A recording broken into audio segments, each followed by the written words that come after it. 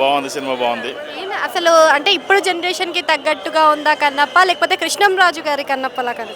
సరే, అప్పుడు మా చిన్నప్పుడు జనరేషన్కి కృష్ణరాజు గారు, ఇప్పుడు జనరేషన్కి ఈ సినిమా మంచు విష్ణు అండ్ ఉన్న ఆల్ క్యారెక్టర్స్ చాలా బాగా చేశారు.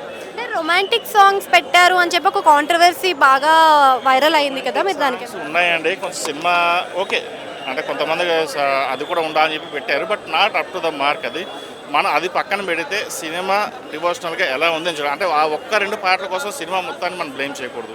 బట్ సినిమా మొత్తంలోనే కంప్లీట్ సెకండ్ హాఫ్ అంతా బాగా తీశారు, ఆ డివోషనల్గా అది మనం చూడాలి. అది వరకు చాలా బాగుంది. అంటే ఫస్ట్ హాఫ్ అంతా కూడా స్లోగా వెళ్ళిపోయింది, సెకండ్ హాఫ్ వరకు ఫస్ట్ హాఫ్ అంతా కూడా స్లోగా వెళ్ళింది అని అంటున్నారు. స్టార్టింగ్లో స్లోగా అనేది సినిమా అంటే జనరల్గా ఉన్న స్క్రిప్టే ఉంటుంది జనరల్గా. కాకపోతే ఏంటంటే తర్వాత ముందు విషయం అంతా ఉండేది సెకండ్ హాఫ్లో ఉంటుంది.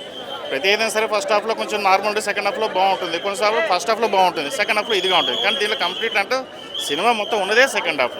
ఆ సెకండ్ హాఫ్ మనం అదే గమనిస్తాం. ఏమన్నా హిట్ ఆఫ్ అట్ట నేను చెప్పనండి. ఒక్కటే డివోషనల్గా ప్రతి ఒక్కరు చూడాల్సిన బాధ్యత సినిమాది.